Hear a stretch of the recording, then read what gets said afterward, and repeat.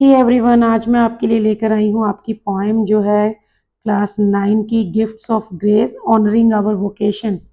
ठीक है, पोएम का नाम है gifts of grace honouring our vocations, उसके क्वेश्चन आंसर। ठीक है, इससे पहले जो है बाकी सारी पोएम जो है वो मैंने आपको कंप्लीट करवा दी है, सिर्फ ये क्वेश्चन आंसर बाकी हैं, तो ये मैं आज आपके लिए लेकर आई हूँ और काफ़ी इंपॉर्टेंट होने वाले हैं और PT1 में भी ये आपके सिलेबस में इंक्लूडेड है, तो इसको अच्छे से कर लीजिएगा।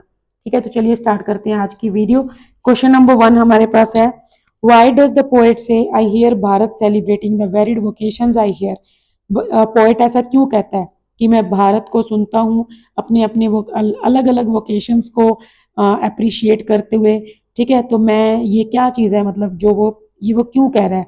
So the poet says so, poet ऐसा इसलिए कहता है because the work of common people, क्योंकि जो आम इंसान है, जो कि किसी अच्छी पोस्ट पे नहीं है, जो कि कोई बड़ी नौकरी नहीं कर रहा है, कोई प्रधानमंत्री कुछ ऐसा नहीं है, पॉलिटिशियन नहीं है, कोई सेलिब्रिटी नहीं है, एक आम इंसान जो है उसका जो काम है is full of energy and pride, कि भारत उसको भी अप्रिशिएट करता है, क्योंकि उसका एक आम इंसान का जो काम है वो भी एनर्जी से भी भरा हुआ है, सारा दिन मेहनत भी करता है और उसके अंदर एक सेंस ऑफ प्राइड भी है, which makes the whole nation happy, और उसके काम की वजह से पूरा भारत जो है वो मतलब हैप्पी होता है, खुश होता है, तो इसीलिए जो भारत है वो उसके काम को अप्रिशिएट करता है। क्वेश्चन नंबर 2 है, what does the electrician humming while getting ready for work suggest. हाँ, ये जो इलेक्ट्रिशियन है जब वो अपने काम के लिए रेडी हो रहा है तो वो हमिंग कर रहा है, मतलब वो कुछ गुनगुना रहा है। इससे हमें क्या पता चलता है, द इलेक्ट्रिशियन हमिंग सजेस्ट, कि जो इलेक्ट्रिशियन है वो कुछ गुनगुना रहा है, गा रहा है, तो ये हमें सजेस्ट करता है कि द इलेक्ट्रिशियन इज डिलाइटेड, कि इलेक्ट्रिशियन खुश है, and finds peace and joy in starting their work day, कि जब वो अपना काम करता है, काम करने के लिए दिन की शुरुआत करता है, तो वो अच्छा फील कर रहा है, खुश है और उसको काफ़ी शांति मिलती है और काफ़ी खुशी मिलती है अपने काम को स्टार्ट करने में। उसके बाद है question number 3, explain the significance of the line, the voice of their vocation is the voice of their identity. इसको अच्छे से समझाइए कि इस लाइन में क्या कहा गया है। इस लाइन में हमें ये कहा गया है कि the line the voice of their vocation is the voice of their identity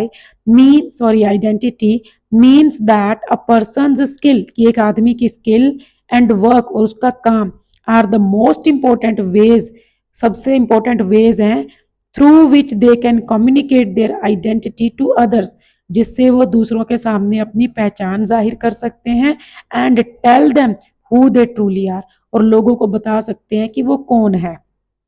ठीक है, कहने का मतलब ये है कि इस लाइन से ये पता चलता है कि जो किसी का काम है, किसी भी पर्सन का, चाहे वो इलेक्ट्रिशियन है, क्राफ्ट पर्सन है, कोई आर्टिस्ट है, कोई प्लम्बर है, पेंटर है, कुछ भी है, उसके जो काम है वो उसकी आइडेंटिटी है, and this is the way to tell others who actually he और शी इज, और who they work for, what they work for.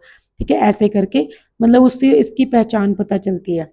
उसके बाद आता है question number 4, do you think the role of all the people belonging to different vocations is important. आपको क्या लगता है, इंपॉर्टेंट है? आप खुद सोचो, इंपॉर्टेंट तो है ही ना।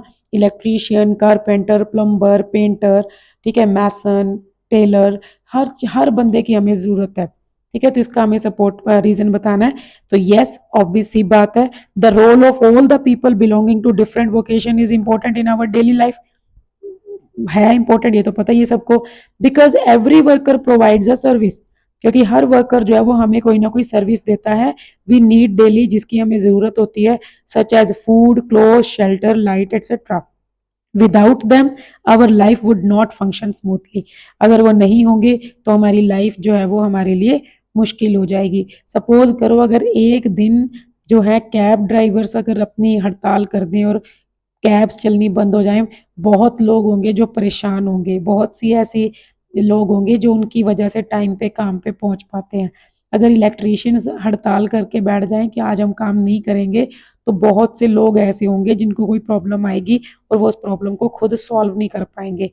तो मतलब क्या है कि हर बंदे की एक अपनी इंपॉर्टेंस है, हर वोकेशन की अपनी अहमियत है। क्वेश्चन नंबर 5 है, why is the poet celebrating all the vocations in the poem.